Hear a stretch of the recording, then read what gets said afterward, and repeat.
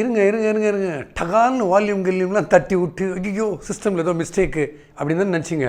So எனக்கு வாய்ஸில் ப்ராப்ளமா இல்லை அங்கே வால்யூமில் ப்ராப்ளமா அப்படின்னு ஒரு சின்ன டவுட் வந்தது. வாய்ஸ் இருக்கா, வால்யூம் இருக்கா, இது சிஸ்டம் தானா? இப்போது உங்களுக்கு புரியலன்னா இன்னும் ஒரு விஷயம் சொல்கிறேன். அதாவது இதை நான் சொல்லும்போது எந்த படத்தை பற்றி நான் பேச போகிறேன் அப்படின்னு நீங்கள் கரெக்டாக கண்டுபிடிச்சிருவீங்க. ரைட் அன் எஸ்ஏ ஆன் அன் எஸ்ஏ அப்படின்னு ஒரு கேள்வி வந்தால் என்ன நீங்கள் பண்ணுவீங்க? எஸ்ஏ எழுதுறதை பற்றியே ஒரு எஸ்ஏயா? ஓகே, இந்த படமே ஃபுல்லாக கரண்ட்டு கட்டை பற்றி, படம் பூரா இந்த இடத்துல கரண்ட்டு கட்டு, அப்போ நீங்கள் பார்க்கவே முடியாது, ஆடியோ மட்டும்தானே கேட்பீங்க.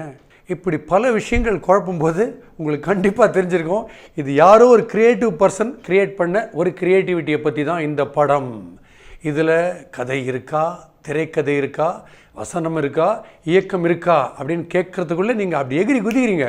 கதை, திரைக்கதை, வசனம், இயக்கம், பார்த்திபன், ராதாகிருஷ்ணன் பார்த்திபனுடைய இயக்கத்தில் ஃபுல் க்ரியேட்டிவிட்டியில் வந்திருக்கிற ஒரு படம். Hats of.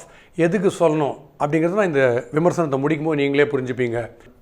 எடுத்ததுமே ஃபஸ்ட்டு ஒரு 10 to 15 மினிட்ஸு திடீர்னு ஒரு பிரளயம், திடீர்னு விஷால் அப்படின்னு சுனாமி மாதிரி ஒரு சீனில் அப்படி கத்துறது, திடீர்னு வேற ஒரு ஆக்டர், அப்புறம் அந்த இடத்துல திடீர்னு டப்ஸி வராங்க, இப்படி ஆளாளுக்கு ஏதோ சுச்சுவேஷனில் வராங்களே, இது என்ன இந்த சீன்லாம் நாம் அசம்பிள் பண்ணி இது ஒரு படமாக நாம் எடிட்டர் வேலையை பண்ணணுமா அப்படின்ற ஒரு பயம் இருக்குது.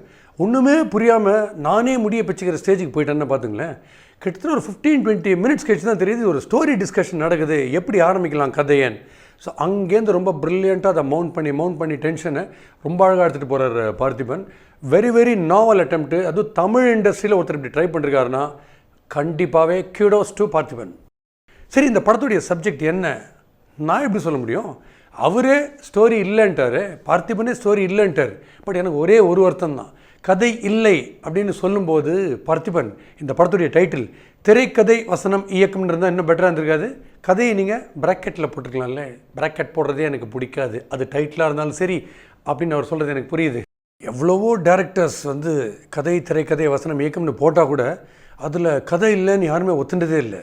அப்படி இருக்கும்போது ஓப்பனாக தில்லாக இதில் கதையே கிடையாது அப்படின்னு சொல்லிவிட்டு ஒரு ஹைப்பை க்ரியேட் பண்ணிவிட்டு அதுக்கு லிவ் அப் பண்ணுறாருன்னா பார்த்திபனுக்கு மறுபடியும் நாம் சல்யூட் பண்ண வேண்டிய ஒரு கட்டாயத்தில் இருக்கோம். ஓகே, இந்த சப்ஜெக்டில் ரொம்ப ரொம்ப பிடிச்ச விஷயம் எனக்கு என்னென்னா, அந்த ஒரு குரூப், அந்த hero and group, Santhosh and group with தம்பி ராமையா ஒரு சீனியர், அந்த ஹோல் க்ரியேட்டிவ் டீம் சப்ஜெக்டை டிஸ்கஸ் பண்ணுறாங்களே, அவங்களுக்கு என்ன சப்ஜெக்டை டிஸ்கஸ் பண்ணுறது, எப்படி ஆரம்பிக்கிறதுன்னு தெரில.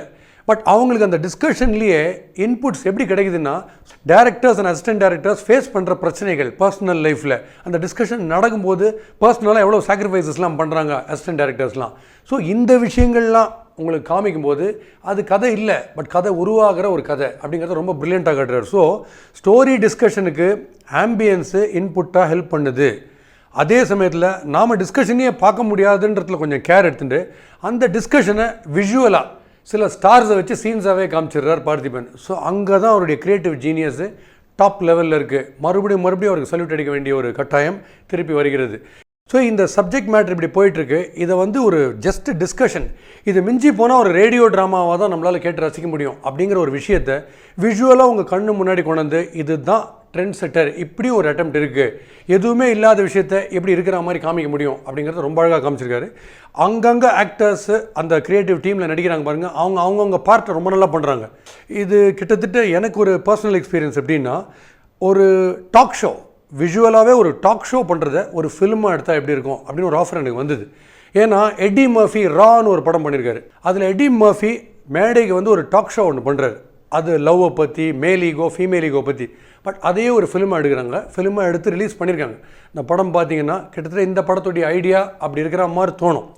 க்ளோசஸ்ட்டாக இந்த படத்துடைய சாயல் எங்கே நீங்கள் பார்த்தீங்கன்னா, அதில் வர க்ரியேட்டிவ் டைரக்டர் எப்படியாவது டைரக்டர் ஆகணும்னு சொல்லிட்டு இந்த ஸ்கிரிப்ட் ஓகேயா, அந்த கிளைமேக்ஸ் ஓகேயா, இந்த ப்ரொடியூசர் ஓகேயான்னு அப்படி அலையும் போது முகவரியில் அஜித் எப்படியாவது ஒரு பெரிய கம்போசர் ஆகணும் அப்படின்னு ட்ரை பண்ணிகிட்டே இருப்பார். அவதாரம் படத்தில் எப்படியாவது கூத்து கட்டணும், நாடகம் போடணும் அப்படின்ட்டு நாசர் ட்ரை பண்ணிகிட்டே இருப்பார். ஸோ அந்த கம்பேரிசன் கண்டிப்பாக வரும். படத்தில் வந்து பார்த்திபனுடைய குறும்பு அங்கங்கே வந்துன்னே இருக்கும். நீங்கள் விளம்பர இடைவேளை கூட விட முடியாது, எப்படின்னா அப்படியே நான் ஸ்டாப்பாக செயின் ரியாக்ஷன்ற மாதிரி ஒவ்வொரு வார்த்தையோட லீட் எடுத்து வந்துகிட்டே இருக்கும். அதில் ரொம்ப ரொம்ப பிடிச்ச விஷயம், அந்த ஹீரோயின் கதவு இடுக்கல அந்த ரொமான்சிங் பண்ணிட்டு இருக்கச்சு தம்பிராமையா உள்ளே வந்துட்டு அவர் வெளில போயிருக்கார் அப்படின்னு அந்த ஒய்ஃப் சொன்னதும் அந்த ஹீரோடைய கை மட்டும் கதவில் இருக்கும். ஓ, கையை மட்டும் இங்கே விட்டு போயிருக்காரா அப்போ மீதி எல்லாம் எங்கே மூக்கு எங்கே அப்படின்லாம் அவர் கேட்குறாரு பாருங்க. அந்த சீனில் வந்து உண்மையான பார்த்திபன் குறும்பு 100% அதில் தெரியுது.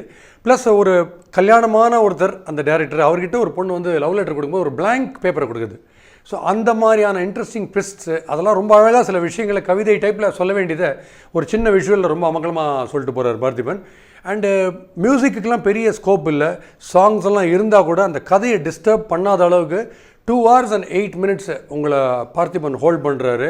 வெரி வெரி நாவல் அட்டெம்ப்ட். இதை வந்து நீங்கள் கண்டிப்பாகவே ப்ரமோட் பண்ணணும்.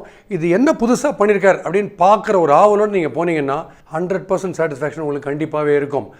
இண்டிவிஜுவலாக பர்ஃபார்மன்ஸஸ் பார்க்கும்போது ஸ்டார் வேல்யூ கிடையாது. பட் ஒரு க்ரியேட்டிவ் டீம் அப்படின்னு பார்க்கறது எல்லாமே நியூ ஃபேஸஸ் தான். பட் அவங்கள ஒரு நியூ ஃபேஸாகவே நடிக்க வச்சு கலக்கியிருக்கார் பார்த்திபன்.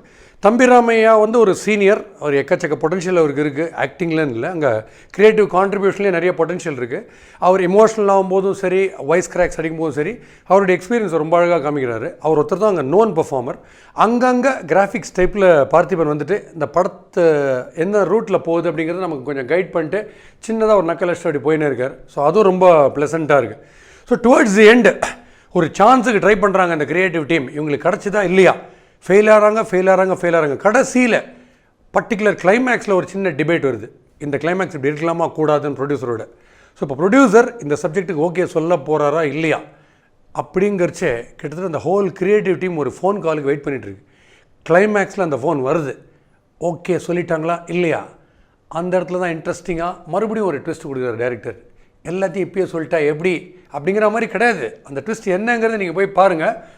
ஸோ முடிவாக என்ன தான் சொல்கிறேன், இந்த படத்தை பார்க்கலாமா இல்லையா, என்ன சொல்கிறேன் அப்படின்னு நீங்கள் கேட்டிங்கன்னா, புதுமை அப்படின்னு நீங்கள் பார்த்திபன்ட்ட எதிர்பார்க்கும்போது புதுசாக கையில் ஒரு பேனா எடுத்துகிட்டு புதுசாக ஒரு ஸ்கிரிப்ட் கொடுத்துருக்காரு. அது புதுமை. பேனாவில் பார்க்க வேண்டியது உங்களுடைய கடமை. அடுத்த சினிமா விமர்சனத்தில் கஷாயமில் சந்திக்கிறேன். உங்களுடைய பாஸ்கி.